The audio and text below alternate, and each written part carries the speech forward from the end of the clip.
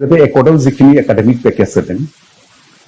যেন বিভিন্ন ধরনের সেন্ট্রাল ইউনিভার্সিটি যেন বর্মায় সেন্ট্রাল ইউনিভার্সিটি বা মেডিকেল কলেজ माबायाव ओमफ्राय मा होनो मेडिकेल कलेज एनआईटी बा बिदिनो भकेशनेल ट्रेनिं सेन्टार बे जेनाखि पेकेज बेयो थारैनो जोंनि थाखाय जोबोद मोनसे रंजाथाव बाथ्रा मानोना जों बुंनो थाङोबा जोंहा जोंनि बडलेण्ड एरियायाव माने जोंहा मोनसे हिउमेन रिसोर्सनि जेखौ मानव सम्पद होनो बेनि मोनसे आंखाल जेनेबा मोनसे जोङो समाज बा मोनसे माखौ मा होनो मोनसे बिदिनो काउन्सिल बा मोनसे स्टेटखौ सालायनो थाङोबा जोंनो मानव सम्पद बा हिउमेन रिसोर्सनि जोबोद गोनांथि दं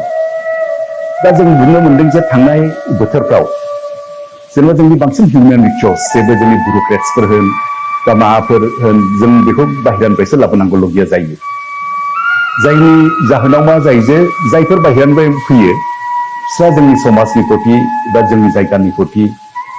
हयथ' खुब मोजां धरननि बा मोजां साननाय बिस्रा गैयाबो जानो हागौ जार फले जोंनि समाजा भुगिबोनांदों गोदोनिफ्राय दा ओंखायनो बेखौनो सानदों जायफोर इन्स्टिटिउसन जेरै सेन्ट्रेल इउनिभार्सिटि जोंहा टेक्निकेल इन्स्टिटिउसन जेनेबा NIT national institute of technology बा जोंहा मेडिकेल कलेज बा फिसा फिसा भकेशनेल जेरै ट्रेनिं नार्सिं स्कुल बा जोंहा नैबे भेटेनारि जेफोर नांगौ रोखोमनि जेरै मानसिफोरखौ दानांगौ बा हिउमेन रिसोर्स दानांगौ जोंहा दङ आंखाल दं दा बेखौ सानो जोङो बे एकर्डनि जेनाखि एकाडेमिक जा पेकेज जोंनो हरदों जों बेनि गेजेरजोंनो निस्सय जोङो जोंनि बे माबाफोरखौ सुफुंनो हागोन दा आं एज ए एकाडेमिसियान आं इउनिभार्सिटियाव आङो अनेक इउनिभार्सिटि बडलेण्ड इउनिभार्सिटि गायसनजेननायनिफ्राय फ्राय माबासिम 2018 सिम आं सालायनानै आहाबो मोनसे पार्सनेल एक्सपिरियेन्स दं बे बेहाय जों एथ' मोजां पस्ट लाबोदों मादों खिन्थु बेहाय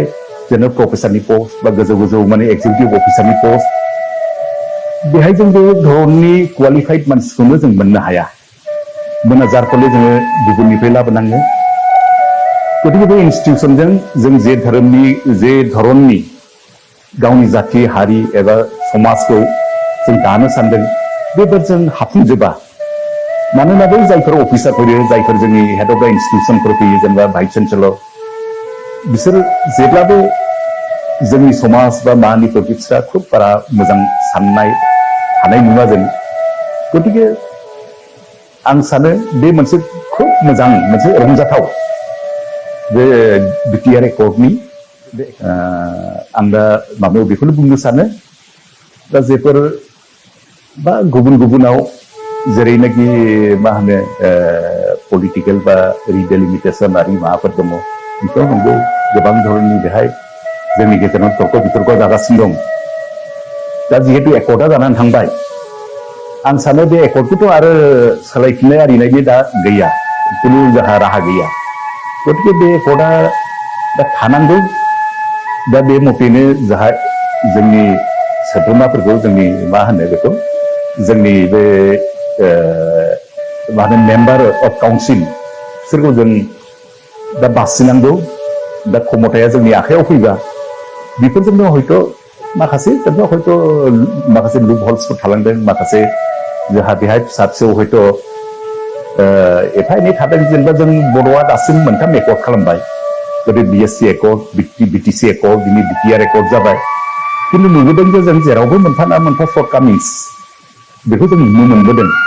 आरो बेखौ बिदिनो नेक्स्ट एकर्डआव जों बेखौ माखासे सोदांफैदों माखासे जेनेबा जोङो बेखौ खालामनो हाबोदों दा बिदिनो आं सानो दा